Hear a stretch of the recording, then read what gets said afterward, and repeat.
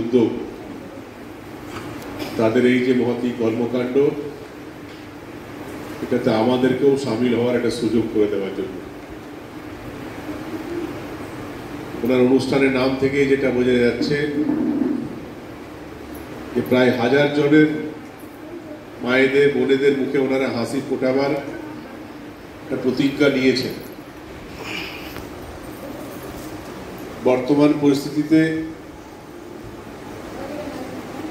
যখন আমাদের পরিবারের সবাইকে আমরা ভালো রাখতে পারি না, সবার মুখে হাসি ফোটাতে পারি না, এই পরিস্থিতিতে নিজের ছোট্ট পরিবারের বাইরে গিয়েও নিজের মনের মতো একটা বৃহৎ পরিবার গড়ে নিয়ে তাদের মুখে হাসি ফোটানোর প্রচেষ্টা, এই প্রচেষ্টাকে সাধুবাদ না দিয়ে থাকতে পারছি না। মায়ের আরাধনায় সবাই আমরা মেতে যাব। বিভিন্ন শিল্পীরা যে প্রতিমা তৈরি করেছেন মা দুর্গা, তার আরাধনা আমরা করব, কিন্তু স্বয়ং ঈশ্বর যে মায়েদেরকে ভূমিষ্ঠ করেছেন, এই পৃথিবীতে পাঠিয়েছিলেন, সে মায়েদের খোঁজ খবর নেওয়া, তাদের মুখে হাসি ফোটানো, তাদের সঙ্গে সময় কাটানো, তাদের সঙ্গে কথা বলা, এই সময়টুকু আমাদের কাছে এখন থাকছে না। এবং এই মায়েদেরকে ছেড়ে দিয়ে শিল্পীদের দ্বারা তৈরি মায়েদের আরাধনা তো নিশ্চয়ই আমরা করব, কিন্তু তার সঙ্গে সঙ্গে এই মায়েদেরকে নিয়ে আমরা যদি ওই শিল্পী যে মায়েদের তৈরি করে মা দুর্গাকে তৈরি করেছে তার আরাধনা করি, তাহলে সেটা বেশি সার্থকতা লাভ করবে। আমি যারা উদ্যোক্তা আছেন তাদেরকে ধন্যবাদ জানাবো যে তারা এটা সিদ্ধান্ত নিয়েছেন যে হ্যাঁ, ষষ্ঠী থেকে যখন আমরা মা দুর্গা আরাধনায় নামবো, তার ঠিক আগে আমাদের যারা মায়েরা, যারা জীবিত মায়েরা, যারা মাটির দ্বারা তৈরি নয়, যারা রক্তে মাংসে তৈরি মায়েরা, তারা যেন আনন্দে থাকেন, সেই প্রচেষ্টা তারা করছেন। সমাজে বিভিন্ন এই ধরনের ব্যক্তি থাকেন। কিছু ব্যক্তি থাকেন যারা সকাল থেকে বিকেল অবধি নিজের পরিবারে কাজ করব, অফিসে যাব, ব্যবসা করব, বিকেলে বাড়ি ফিরবো, পরিবারের সঙ্গে সময় কাটাবো, ছেলেকে পড়তে বসাবো, রাত্রে টিভি দেখবো, ঘুমিয়ে পড়বো, পরের দিন আবার বেরিয়ে পড়বো, এই করেই তাদের জীবন কেটে যায়। আবার এই সমাজে কিছু ব্যক্তি থাকেন যারা নিজের ক্ষমতা থাক বা না ভাবে যে না, এর বাইরে গিয়েও কিছু একটা করব। আমার তো ঘরে যারা আছে তাদেরকে ঠিক আছে আমরা দেখছি, কিন্তু এর বাইরে গিয়েও সমাজে আরো যারা যারা আছে তাদের কথা একটু ভাববো, তাদের জন্য কিছু একটা করব। এবং আমি লাস্ট প্রায় 20-25 বছর ধরে দেখছি বুম্বাদার এই ইচ্ছা বরাবরই রয়েছে। বিভিন্ন সংগঠনের সঙ্গে যুক্ত হয়ে, আজকে বোধহয় হিউম্যান রাইটের তরফ থেকে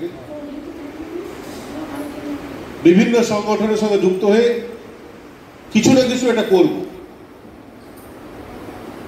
এই প্রচেষ্টা উনি বরাবর চালিয়ে গেছেন। এবং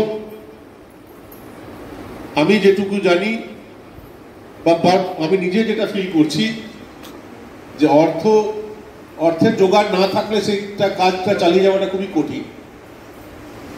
প্রশাসনিক ক্ষমতায় না থাকলে সেটা চালিয়ে যাওয়া খুবই কঠিন।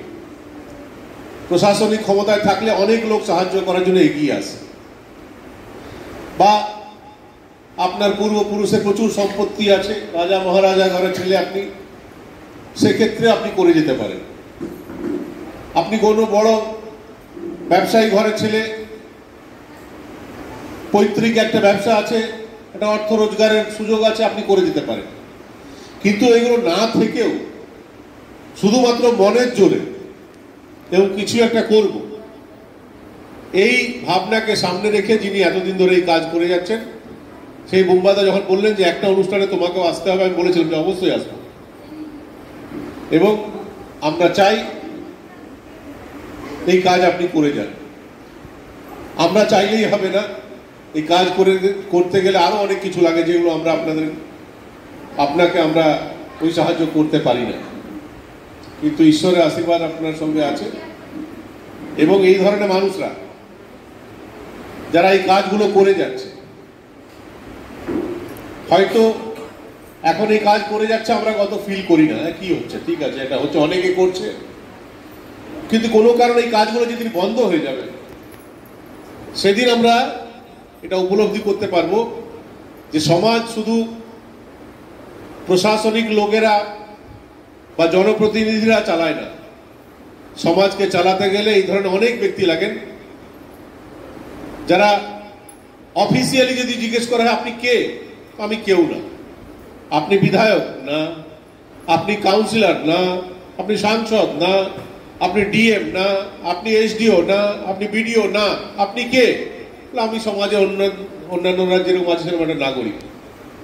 কিন্তু কাজটা একই করে যাচ্ছে, যেটা প্রশাসনিক বিভিন্ন পদে থেকে যে কাজটা করা উচিত, সরকারের অংশ হিসাবে যে কাজ করা উচিত, একটা নাগরিক হয়েও সে কাজ করা যায়, এবং সেটা 1 মাস 2 মাস না, লাগাতার কয়েক বছর ধরে করা যায়। তার দৃষ্টান্ত উদাহরণ বুম্বা মুখার্জি। আমি অন্য কিছু ওনাকে বলার আমার ধৃষ্টতা নেই, এবং আমরা সেভাবে ওনার কোনো কাজেও লাগি না।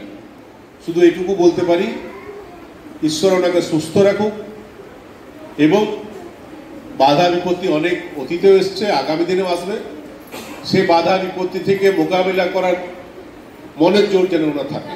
সবাই ভালো থাকুন, সবাই সুস্থ থাকুন। ধন্যবাদ।